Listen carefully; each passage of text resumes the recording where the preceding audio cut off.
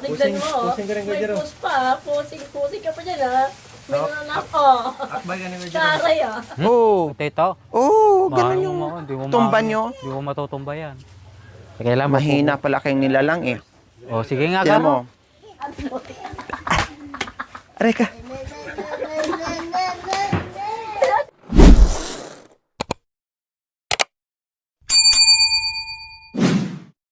Ayan po mga kabayan, mananghalian sila.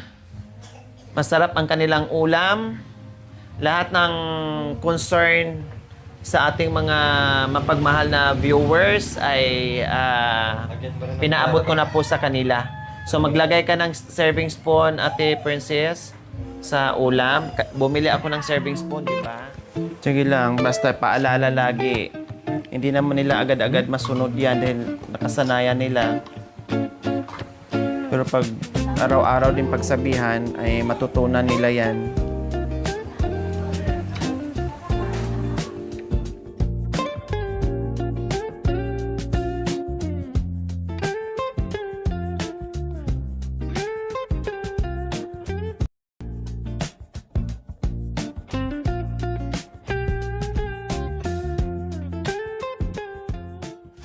So, ayan po mga kabayan, dahil nandito na kami sa likuran ng bahay nila ni Kuya Jerome and Ate Princess, dahil nabanggit ko nga po na ito ay gagawin sa abot ng aming makakaya, no? At sa ating pagmamahal, kasamang ating mga sponsors po mga kabayan. So, ngayon po ay naumpisahan na po nila ni Kuya Jerome, pagdating namin kanina dito ay naputo na po nila yung mga sanga, no? At ito saan to galing, Jerome? Diyan po sa tuktok na yero, Ha? eh. Itong yung nakuha dito sa itaas ng yero? Grabe, ang dami, no? Lahat yan. Diyos ko mga kabayan, galing po yan sa itaas ng yero at hinulog ni Kuya Jerome dyan. So ngayon, ang gagawin natin dyan ay ilagay sa garbage bag kasi bawal tayo magsunog dyan, baka may magreklamo. Eh po ngayon, Yung, ha? alisin na. Oo, alisin. Pwede maki-ano ka dyan, nalagay dyan sa tabi. Ay, hindi po pwede. Sa kanila rin yan. Hindi, ibig ko sabihin, kasi kahoy naman nila yan. So, ano gagawin dyan sa mga kahoy? Ipabigay na lang natin kay... Okay, sige. Ito. So, yun, basura yun. Yung. Dalhin yun doon, hakutin ni Kuya Christian. Or hakutin yung dalawa mamaya.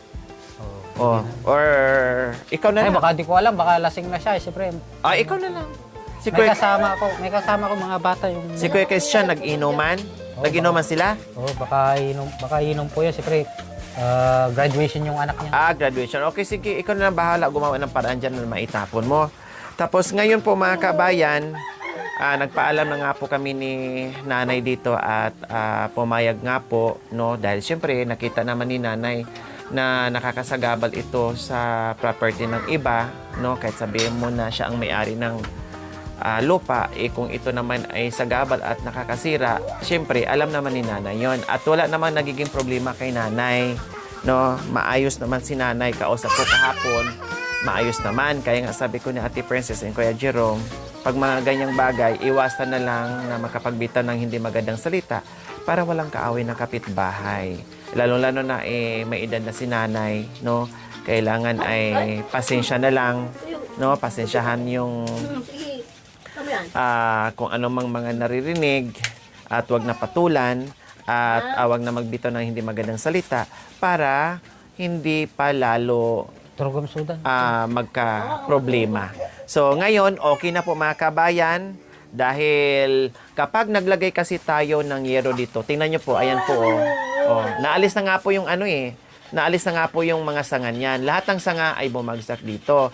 So ngayon, kapag naglagay tayo ng yero, ayan ayan po, lagpas, ayan Hindi naman pwedeng yaan lang ang puputulin natin. Siyempre, magkakaroon pa rin ng sanga yun pag pinutol siya ng ganyan. Kaya kailangan talaga alisin yan. Kasi ayan ang laki ng pasok na pasok siya dito sa sa yero na ilalagay natin dito mga kabayan. Kaya, nagpaalam ako ni nanay, natanggalin po namin yan, nay, kasi sagabal doon sa yero na ilalagay namin dyan. Plus, pag nagpadir kami, ay hindi rin pwede. Plus, dyan sa ibaba, kapag lumaki ng lumaki yan, maaring ibuwal niya itong pader. Ibuwal niya yung mga kabin. Sisirain talaga niya yan. No? Dahil, ano yan eh, malalaki ang ugat niyan eh. At lalaki talaga ng bongga yan.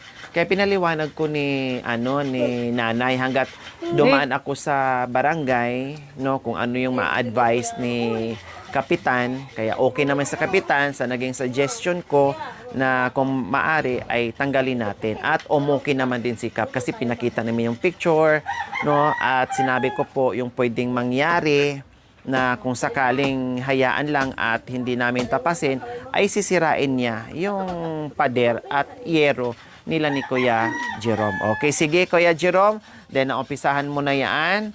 Lahat ng kalat natin dyan, ayusin natin. Lahat ng kahoy na inalis natin, ay hakutin natin. Huwag tayong mag-iwan ng bakas para hindi magagalit si nanay, ha?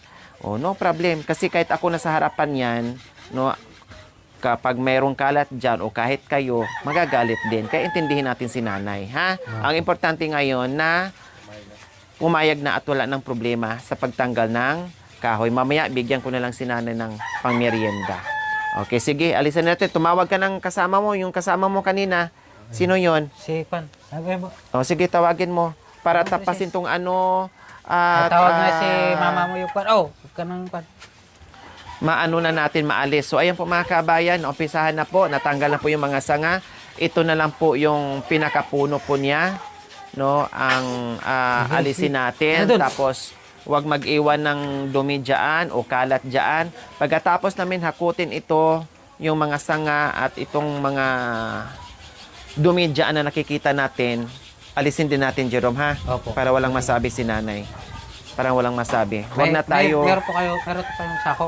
Para Merong sako? O kundi maghanap tayo ng sako mamaya or garbage bag, no? Para walang masabi si nanay at wala.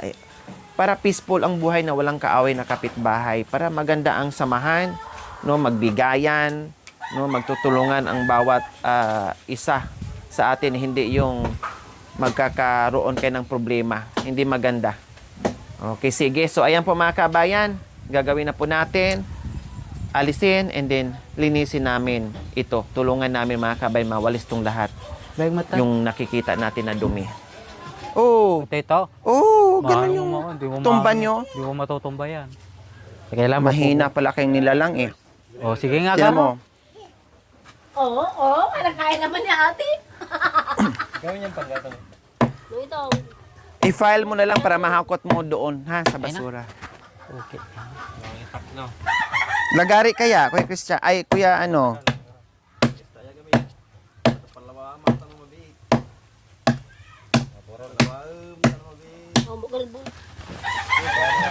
Wala. Yan, ganyan Mamaya mo. pa yan. Tapos, Inot lang ito. walang tali, panali. Para makan natin. Yung straw. Hindi lalakas ng banat ito. Yung may straw sana para itali-tali para paghakot mamaya ay tapos makiraan mo na kayo.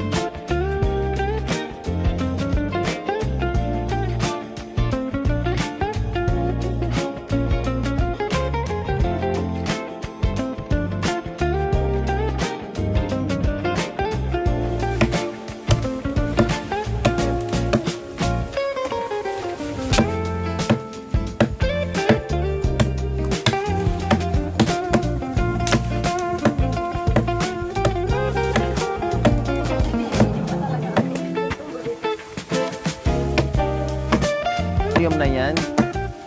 Lapit na ako Labit na ako mahina daw. Malapit ka na manghina. Nagabi ang puyat yan eh. Iwan ka saan pumunta, gabi na mo eh. Ayun lang. Nakikipag-inuman siguro. Pinilit kong katawan ko. Pinag Ha? ang katawan niya, tapos nanonood ng TV. Doon sa best friend niya. Nanood ako ng, pinilit ko muna ng katawan ko. Alam mo na yun. Yung nagupit na best friend niya. Doon, Nakahid sa likod niya. Sa katawan niya. Saan ka galing? Sabi, napahiga. Tapos pinanood ko pa yung kwan natin. marunong ba manghilot? Oo. Masayista? Oo, kahit daw kahit si Lori, di ko iliutin yun basta wala problema. Agree!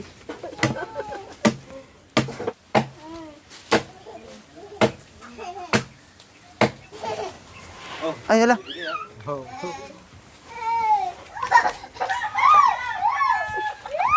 Doon kasi, ganun pa ganun. Ay ko.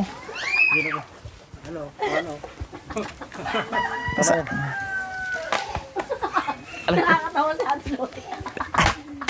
Aray ka. Kasi natin ako nakakatawa ko. Bakit? Aray ko. Oh, tika. Pag... Parang nahihirapan. Aray ka. Isa ba? Aray ko. Aray ko. Ay! Ay. Diyos ko. Naputol din. O, yan na lang ang pangposte mo sa gate. Naman! Para malibre tayo. Ibalik ko na lang yung bakal. Tapos itabi nyo doon and then walisin natin to. Ipunin. Dandahan kayo kasi may mga bubog. Matamaan kayo. Akin na yung walis, Ate Princess. Tapos yung kahoy mga kabayan ay hakutin ni Kuya Christian kasi panggatong daw. No? Panggatong daw po mga kabayan. Para hindi tubo. Oo, sige. Lalo na yung balat kamo. Para hindi na magkaroon ng mga sanga-sanga, hindi na tutubo. Pero syempre, silip-silipin mo lang din yan.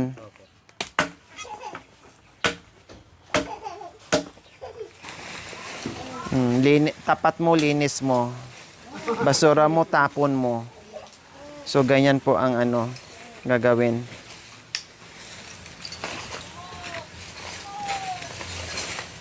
Huli ka ba? Yan. Hindi malinis na. Yan, itali mo lang kasi sayang yung sako, kuya. Magagamit yan dito. Tama na yan, kaya. Tama na yan. Kunin mo yung masandal sa yan. O, yan.